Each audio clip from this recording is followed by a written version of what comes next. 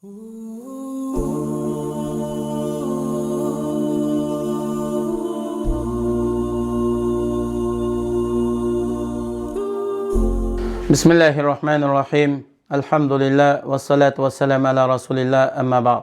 Assalamu alaikum ve rahmetullahi ve berekatuhu. Hürmetli ustazlar ve qarindoshlar, bugünkü dersimiz sünnetni lazım tutuş doğrusida. Abu Musa Ashari radıyallahu anhu'dan bayan kılınan hadiste Peygamber Ekrem sallallahu aleyhi ve sellem mundaq degan: "Hakikaten mening ve Allah Taala meni onun bilen evetken haq dinning misali bir kişinin misaliga o'xshaydi-ki, u kishi qavmining yeniga kelib, ey qavmim, bastırıp kelayotgan düşmanni öz gözüm bilen gördüm. Qutuluşning yo'lini qilinglar" dedi. Qavmning bir qism kishilar u kishiga itoat qilib, ishlarini tartiblab kechida yo'lga chiqdi, shuning bilan qutuldi.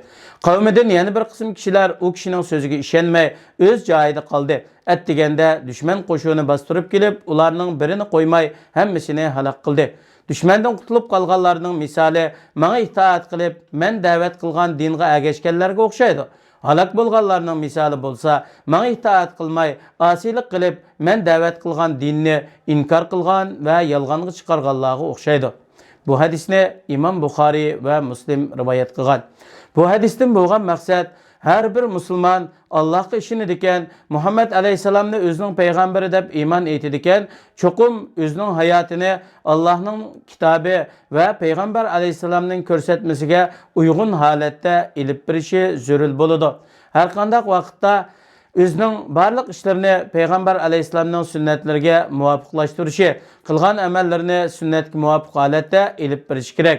Sunnatda bayon qilingan har qanday ish harakatlarni kuchining yetishicha ado qilishga tirishish kerak.